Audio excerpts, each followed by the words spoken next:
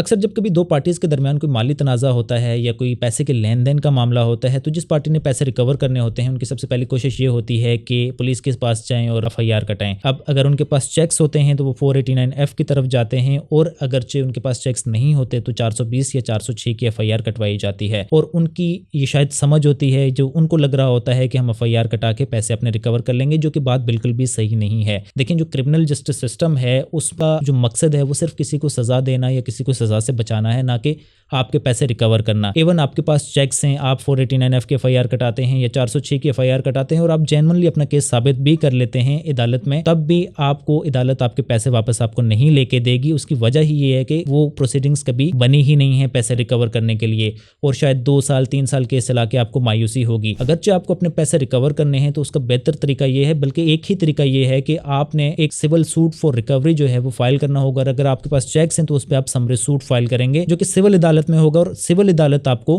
पैसे रिकवर करके देगी। क्रिमिनल कोर्ट्स कभी भी पैसे रिकवर नहीं करती, वो आपके साथ हमदर्दी जरूर कर सकते हैं, लेकिन एट द एंड आपके पास यही जवाब होगा कि जनाब हम आपके पैसे रिकवर नहीं कर सकते। और तब तक काफ़ी वक्त जब गुजर चुका होता है तो फिर लिमिटेशंस का भी इशू होता है। जब लिमिटेशन लग जाती हैं तो आप सिविल दावा भी फाइल नहीं कर सकते। कोई भी माली मामला जब होते हैं तो आपको सिविल सूट ज़रूर फाइल करना चाहिए। क्रिमिनल प्रोसीडिंग्स अपनी जगह।